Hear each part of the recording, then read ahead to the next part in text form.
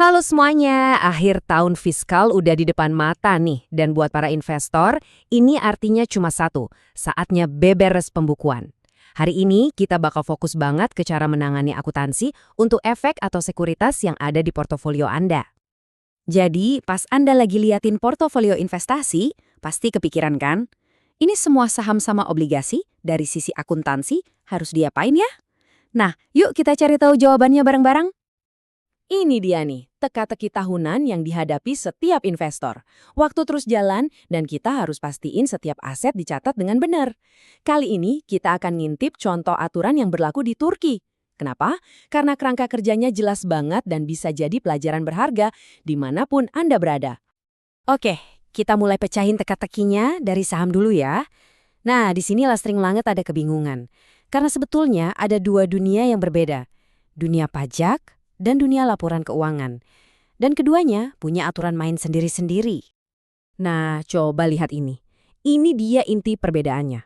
Buat urusan pajak, menurut Undang-Undang Prosedur Pajak atau VUK, nilai saham Anda itu seolah-olah dibekukan pas di harga beli. Tapi untuk laporan keuangan yang dilihat investor lain, menurut Kitab Undang-Undang Hukum Dagang atau TTK, kita harus realistis. Kita harus pakai nilai pasar saat ini. Jadi, satu aset, dua nilai. Menarik kan?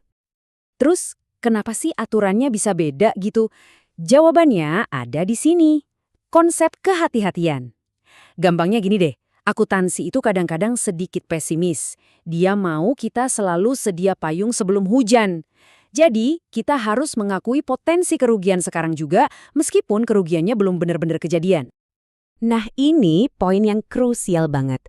Anda emang bisa catat potensi kerugian ini di laporan keuangan biar kelihatan hati-hati. Tapi jangan harap bisa dipakai buat ngurangin pajak ya. Kantor pajak bakal bilang, ruginya kan belum nyata, dan menganggapnya sebagai biaya yang nggak bisa dikurangkan, atau KKG. Oke, teorinya cukup. Mari kita lihat gimana cara kerjanya di dunia nyata. Sebuah contoh praktis bakal bikin semuanya jadi jauh lebih kebayang. Oke, bayangin skenario ini. Anda beli 200 lembar saham dengan harga 20.000 lira per lembar. Wah, investasi yang bagus. Tapi pas akhir tahun datang, pasar lagi goyang. Dan nilainya turun jadi 17.000 lira per lembar. Nah loh, apa yang harus kita lakuin? Ngitungnya gampang kok. Pertama, kita hitung total modal awal kita, yaitu 4 juta lira. Kedua, kita cek total nilai pasar sekarang, yaitu 3,4 juta lira. Nah, selisih antara keduanya, itulah jumlah penurunan nilai yang harus kita catat.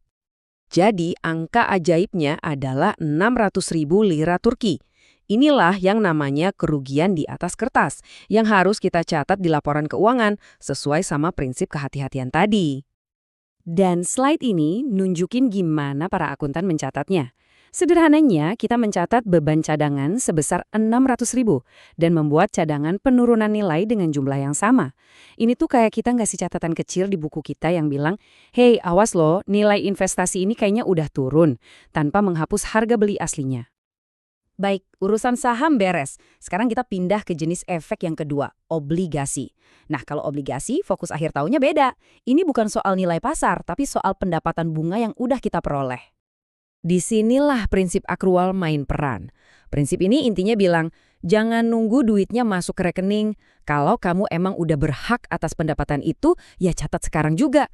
Buat obligasi, ini artinya kita harus ngitung bunga yang udah terkumpul sampai akhir tahun meskipun pembayarannya baru tahun depan. Oke, biar nggak bingung, kita langsung aja selamatin ini dengan contoh yang jelas. Biar kita bisa lihat gimana prinsip akrual ini bekerja dalam praktiknya. Mari kita lihat contohnya. Bayangin, Anda beli obligasi pemerintah yang aman, nilainya 100.000 lira, belinya tanggal 1 Oktober. Obligasi ini janjinya ngasih imbal hasil 12% per tahun. Garis waktu ini ngebantu banget buat visualisasi. Kita beli obligasinya 1 Oktober, dan sekarang udah 31 Desember. Artinya kita udah pegang obligasi ini selama 3 bulan penuh di tahun 2025. Tugas kita sekarang adalah ngitung bunga yang jadi hak kita selama 3 bulan itu. Rumusnya sederhana banget. Kita ambil nilai nominalnya, kita kaliin sama suku bunga tahunannya, terus kita kaliin sama porsi tahun yang udah lewat. Dalam kasus ini, ya 3 dari 12 bulan. Dan hasilnya adalah 3.000 lira Turki. Ingat ya, uang ini belum ada di tangan kita.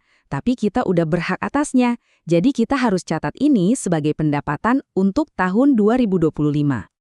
Dan ini dia cara nyatetnya.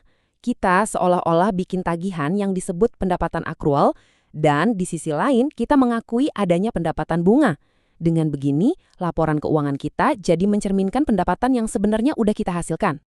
Jadi, dari semua yang kita bahas tadi, mari kita rangkum 2 poin paling penting dari pembahasan kita kali ini. Jadi, intinya ada di 2 prinsip ini. Untuk saham, ingat prinsip sedia payung sebelum hujan atau kehati-hatian, catat potensi kerugiannya.